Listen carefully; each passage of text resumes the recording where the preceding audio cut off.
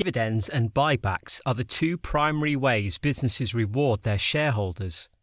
Most well-established firms that have effectively done both during the last decade have seen their share price increase significantly. But which is the better approach? Let's find out in this new lesson at the Finbox Academy. Before we start, let's discuss the difference between dividends and buybacks. As seen in the first lesson of this dividends course, dividends are payments distributed to shareholders for their equity investment.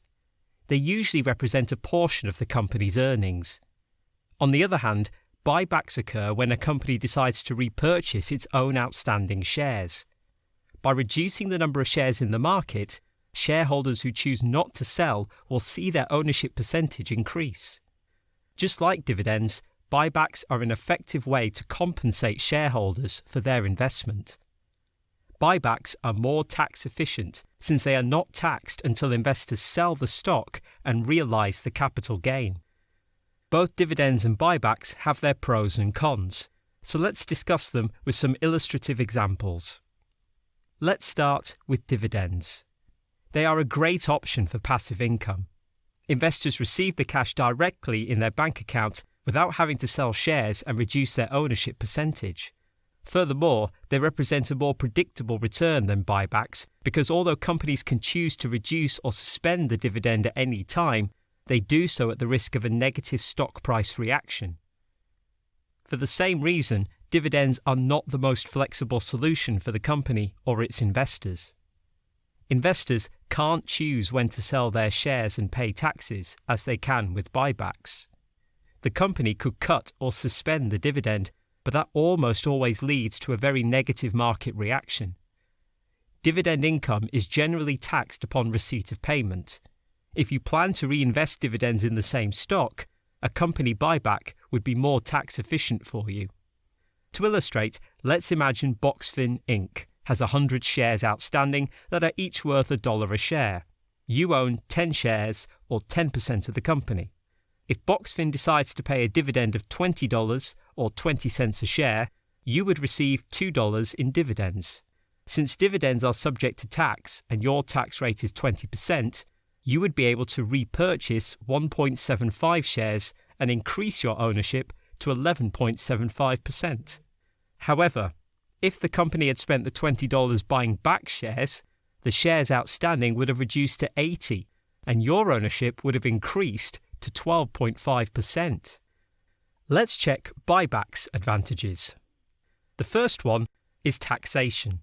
When the company buys back its shares, you don't need to pay any taxes until you sell the stock and realise the capital gain. This characteristic makes buybacks a more effective alternative for long-term investors. The second one is flexibility. With buybacks, investors can choose if and when to sell their shares and pay taxes. Companies also have much more flexibility since they don't have to follow a strict timeline for completing the share repurchase program, unlike dividends. Last but not least, buybacks increase investors' ownership more than reinvesting dividends due to tax advantages. Buybacks come with some disadvantages too. The first one is an uncertain return. While buybacks have the potential to generate higher capital gains in the long run, you won't receive a regular payment in your bank account when a company buys back its shares. This makes buybacks a poor option for passive income investors who are looking for, passive income. They want to receive the cash directly in their bank account without having to sell shares and reduce their ownership percentage. The last one, buybacks may reduce shareholder value. If a company buys back its own shares above their intrinsic or fair value, continuing shareholders are adversely impacted. In his 1999 annual letter to shareholders, Warren Buffett explains this point clearly. Now, repurchases are all the rage, but are all too often made for an unstated and, in our view, ignoble reason: to pump or support the stock price. The shareholder who chooses to sell today, of course, is benefited by any buyer, whatever his origin or motives.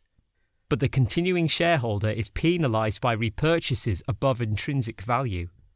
buying dollar bills for $1.10 is not good business for those who stick around. Okay, so what's better? Let's check some data. In particular, let's compare the Dividend Aristocrats Index, which consists of companies that are part of the S&P 500 index that have increased their dividend payouts for 25 consecutive years or more, to the S&P 500 Buyback Index, which consists of the 100 stocks with the highest buyback yield. Buybacks can provide shareholders with higher returns over the long term thanks to tax efficiency. From March 2009 to March 2019, the Dividend Aristocrats Index had an annual return of 19.35% versus the 21.09% return of the S&P 500 Buyback Index. Both beat the S&P 500, which posted a 17.56% annual return over the same period. However, when it comes to drawdown and volatility, Dividend Aristocrats have performed better. During the 2008 crash, the Buyback Index collapsed 53.32%, while the Dividend Aristocrats Index had a smaller decline of 43.60%. So what's better between dividends and buybacks? A combination of both. As you learned in the shareholder yield lesson, companies that reward their investors with both dividends and buybacks have consistently beaten the market in the long term. The shareholder yield is a popular financial metric that can help you avoid dividend yield traps and beat the market. It is equal to dividend yield plus buyback yield plus net debt paydown yield.